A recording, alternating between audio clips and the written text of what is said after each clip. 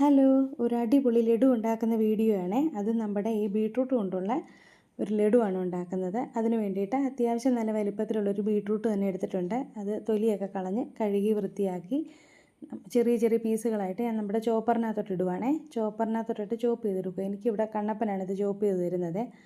കണ്ണൻ ഇതിങ്ങനെ വലിക്കാനായിട്ട് ഭയങ്കര ഇഷ്ടമായതുകൊണ്ട് എന്നോട് പറഞ്ഞ് ഞാൻ ചെയ്തോളാമെന്നും പറഞ്ഞ് ഇതുപോലെ എനിക്ക് ചോപ്പ് ചെയ്ത് തരുന്നുണ്ട്.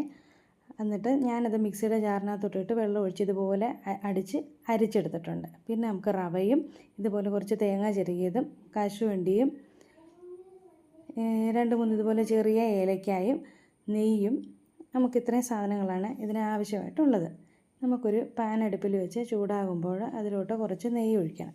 ഒരു 2 സ്പൂൺ നെയ്യോളം ഞാനതിനകത്ത് ചേർത്തിട്ടുണ്ട്. നെയ്യ് നന്നായിട്ട് ചൂടായി വരുമ്പോഴത്തേക്കിന് അതിലോട്ട് നമുക്ക് ആവശ്യത്തിനുള്ള റവ ചേർത്ത് കൊടുക്കാം.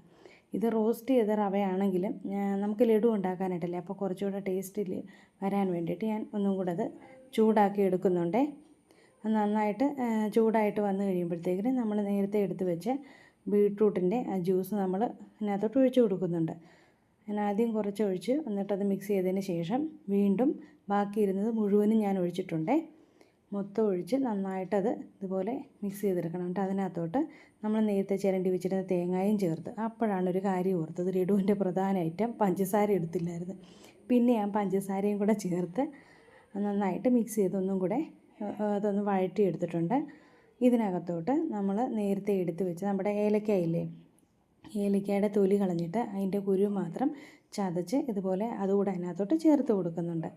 അതിനുശേഷം ഇതുകൂടെ ഒന്ന് മിക്സ് ചെയ്തിട്ട് നമ്മൾ ഒരു നുള്ളു ഉപ്പും കൂടി ഇതിനകത്തോട്ട് ചേർക്കുന്നുണ്ട്, മധുരം ഒന്ന് ബാലൻസ് ചെയ്യാനായിട്ട്. എന്നിട്ട് നന്നായിട്ട് വഴറ്റി വെള്ളമൊക്കെ വറ്റി വരുമ്പോഴത്തേക്കിന് ഇതുപോലെ പാനിൽ നിന്ന് വിട്ട് വരും.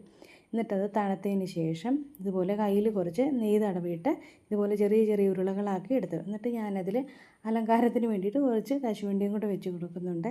ഇത് കണ്ണന് സ്കൂളിൽ കൊണ്ടുപോകാൻ വേണ്ടിയിട്ട് ഉണ്ടാക്കിയതാണേ. എല്ലാവരും ഉണ്ടാക്കി നോക്കണേ, അടിപൊളി ടേസ്റ്റ് ആയിരുന്നു കേട്ടോ, സൂപ്പറായിട്ടുണ്ട്.